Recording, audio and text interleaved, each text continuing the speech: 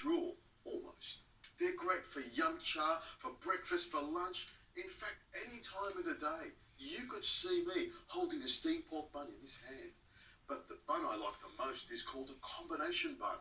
Combination, you've heard that word before. It's quite common on a lot of Asian menus. It basically means you can put anything you want in there. It's always a surprise when you bite into it. But what I'm going to make today is a steamed combination pork bun with lots of things in it, but I'll get to it in a minute. To start with, I'm going to make the dough. And I've experimented with a lot of recipes. This is the recipe that works for me. It's a little bit heavier, a little bit doughier, but I reckon it holds all that meaty goodness jam-packed inside that bun. I've got 500 grams of plain flour. Just regular flour is all you need.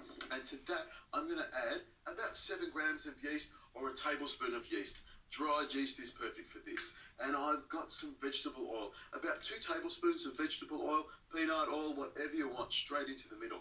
And to that, I'm going to add 300 mils of warm water. And I'm going to use my hands. I make a well in the center, and I pour the water in.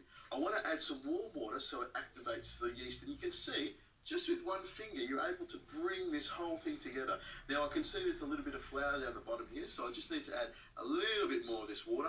Whenever I'm making a dough like this, I never add all the water at once. I just hold a little bit back, just in case. You can see all the dough is coming off the sides there, very carefully.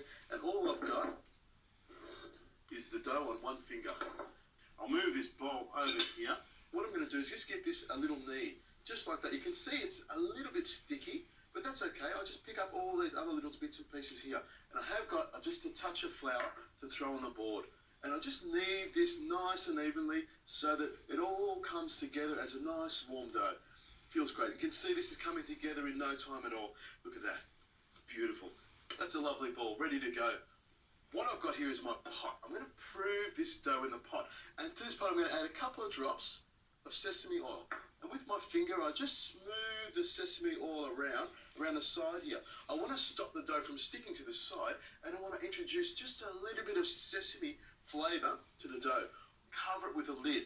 I want to keep it nice and moist and steamy in there so the dough proves and expands, but it stays really moist. I'll take this over here. Pop that over there where it's nice and warm, and then I'll take about 40 minutes or so, and you'll see it expand and blow up and be nice and fluffy. That'll give me a great